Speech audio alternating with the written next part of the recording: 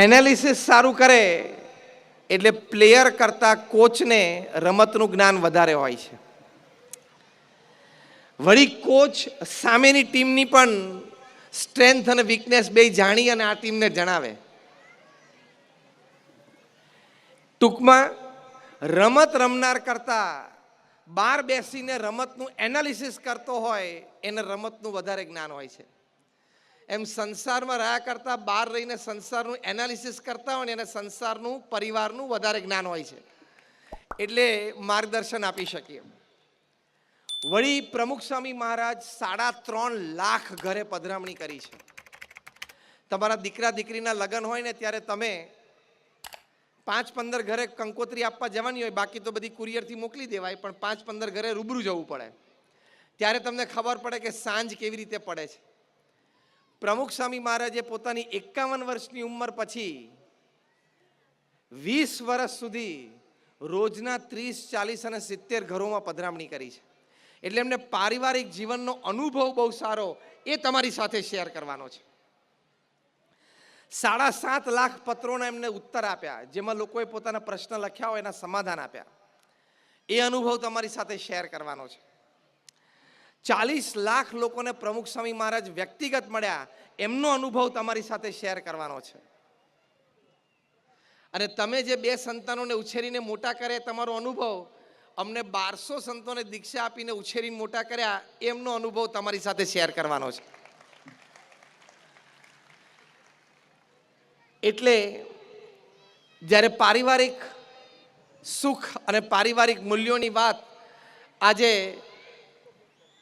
પરિવારોત્સવ આપણે ઉજવીએ છીએ ત્યારે પ્રથમ અગત્યની વાત છે કે સમય પરિવાર માટે તમારે પૂરતો આપવો જોઈએ.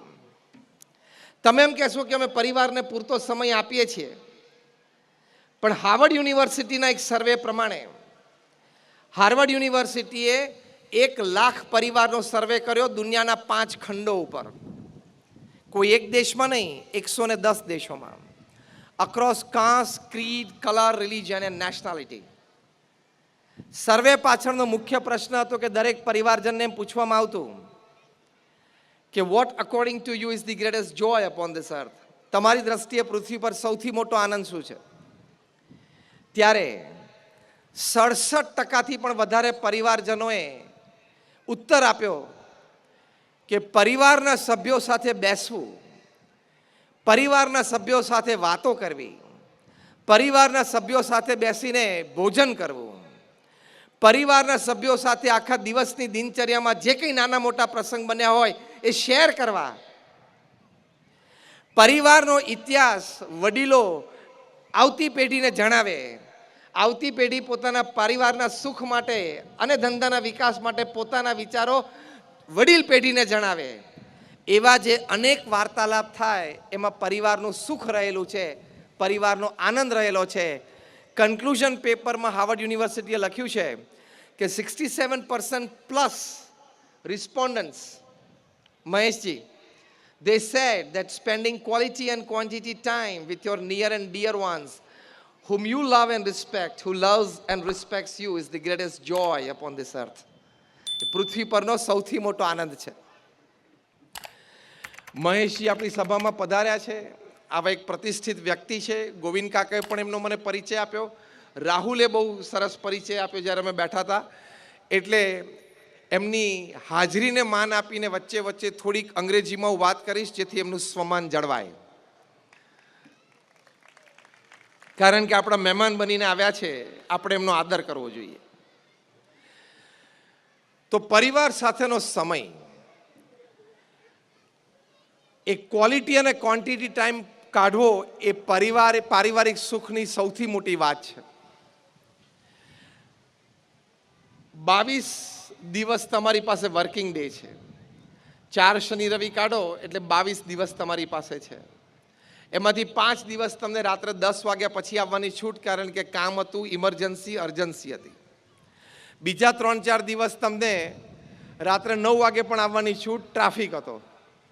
22 વર્કિંગ ડેમાંથી 14 દિવસ તમે તમારા પરિવાર પાસે રાત્રે 8 વાગ્યા સુધીમાં ન આવી શકો તો you are a poor management of time and work. તમે સમય અને કામના બહુ ખરાબ મેનેજર છો.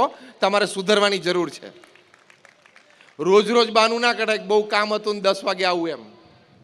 અને આપણે પરિવારને ટેકન ફોર ગ્રાન્ટેડ લીધો છે. હવે રાત્રે 10 વાગે જઈએ, 11 વાગે જઈએ, દરવાજો ખોલે જ છે ને, અને થાળી ઢાંકેલી પડી જ હોય છે ને, અને કઢી ગરમ કરી જ આપે છે ને ઓવનમાં મૂકીને. That's not the way you live in a family. પરિવારમાં એવી રીતે ન રહેવાય. 22 વર્કિંગ ડે છે તમારા મહિનામાં, એમાંથી 14 થી 15 વર્કિંગ ડેમાં તમે 8 વાગ્યા સુધી પરિવાર પાસે પાછા આવી જ શકો છો. તમે પ્લાનિંગ બરોબર નથી કર્યું. 2017ની સાલમાં અમારા ગુરુવરી મહંત સ્વામી મહારાજ અમેરિકા પધારેલા, અને વોશિંગ્ટન ડીસીમાં બેરેક ઓબામા ઇન્વાઇટેડ મહંત Swami Maharaj to his office. Barrack ઓબામાએ આમંત્રણ આપ્યું મહંત સ્વામી મહારાજને કે મારી ઓફિસે પધારો. એટલે 2017ની સાલમાં મહંત સ્વામી મહારાજ અમેરિકાના એક્સ પ્રેસિડેન્ટ બેરેક ઓબામાની ઓફિસમાં વોશિંગ્ટન ડીસીમાં પધાર્યા. ત્યાં બંને મહાનુભાવો વચ્ચે વાર્તાલાપ ચાલ્યો, અને વાર્તાનો દોર એ પારિવારિક મૂલ્યો તરફ ગયો. એમાં બેરેક ઓબામા એક વાત કરી, આખો SRK પરિવાર શાંતિથી આ વાત સાંભળજો. સાંભળવા જેવી અને સમજવા જેવી વાત છે. બેરેક ઓબામા 8 વર્ષ અમેરિકાના રાષ્ટ્રપતિ રહ્યા, અને બહુ જ નાની ઉંમરે 44 વર્ષની ઉંમરે at the age of 44 he was the president of United States. Barack ઓબામાએ મહંત સ્વામી મહારાજને 2017માં વોશિંગ્ટન ડીસીમાં પોતાની ઓફિસમાં બેસીને કહ્યું કે સ્વામીજી, હું 8 વર્ષ અમેરિકાનો પ્રેસિડેન્ટ રહ્યો. 8 વર્ષમાં એક પણ દિવસ એવો નથી કે સાંજે 6:30 વાગે હું, મારા પત્ની અને મારે બંને દીકરીઓ અમે ભોજન માટે સાથે ન બેઠા હોય.